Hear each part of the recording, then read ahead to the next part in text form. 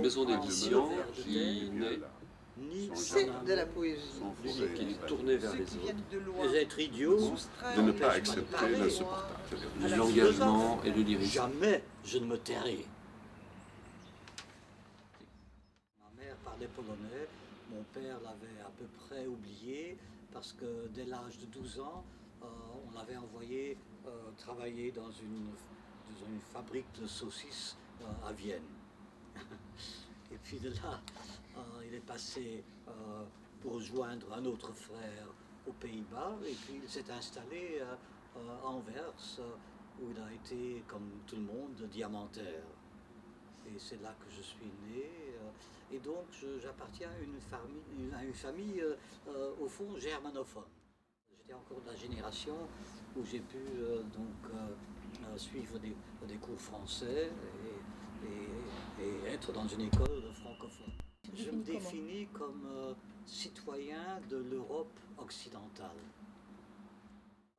J'ai commencé par traduire de l'anglais en français et puis je me suis rendu compte très vite que je n'avais pas du tout envie de traduire et que en fait j'écrivais un nouveau poème sur la base du poème anglais. Et donc ça a pris une vie et il y a donc les deux langues, mais ce ne sont pas des traductions. Et ce recueil, il représente quoi pour toi? Il représente pour moi le désir de m'installer dans le panthéon français, tout simplement. Petite ambition. Qu'est-ce que tu veux dire? D'être connu, d'être immortel. Rien de moins. Niente di meno, comme dit ma femme. Et pourquoi en France? Parce que je suis citoyen de l'Europe occidentale et que être connu en Amérique m'intéresse beaucoup moins. Mes poèmes, ceux que j'ai choisis pour le recueil français, ne parlent pas tellement de moi-même.